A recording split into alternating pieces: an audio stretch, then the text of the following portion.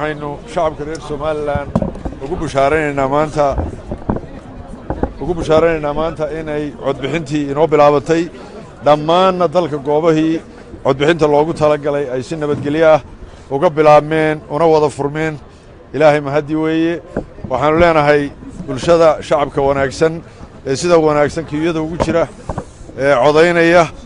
nabad ku codeeya haddii alla ka dhigo nabad ku codeeya dalkuna waa nabad doorashadiina way inoo socotaa dhammaanna waa bilaabantay alxamdulillahi rabbil caalamiin ilaahay baan ku mahadinaynaa saaka in si nabad qaba dalka oo dhan sidaa guddoomiyuhu inoo sheegay inay doorashadii ka bilaabantay halkan goobtan guriga shaqaalahana aan ka bilaabay oon codkii ka dhiibtay waa ilaahay mahadii intaa uu sheegay guddoomiyaha guddiga doorashooyinku ayuun baan sii xoojinayaa nabad ku codeeya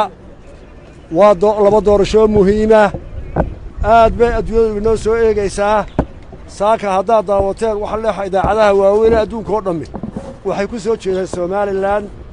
xil baa ina saaran nabadgeliyo iyo nidaam iyo wanaag ku codeeya dhalinyaradana waxaan leeyahay sidii aad u olaysayna wanaagsanayd oo codeeya wakhtigu way nooga fulan yahay waxa la sameeyey baarta sanaduuq badan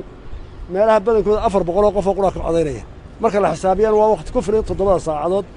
marka degdega iyo buuq aynu iska ilaalino aad iyo aad baa u mahadsantiin insha Allah natiijo wanaagsan iyo doorasho wanaagsan baynu dhacay ilaahay idinkiyo oo horumarne wassalaamu calaykum waraxmatullaahi wa barakaatuh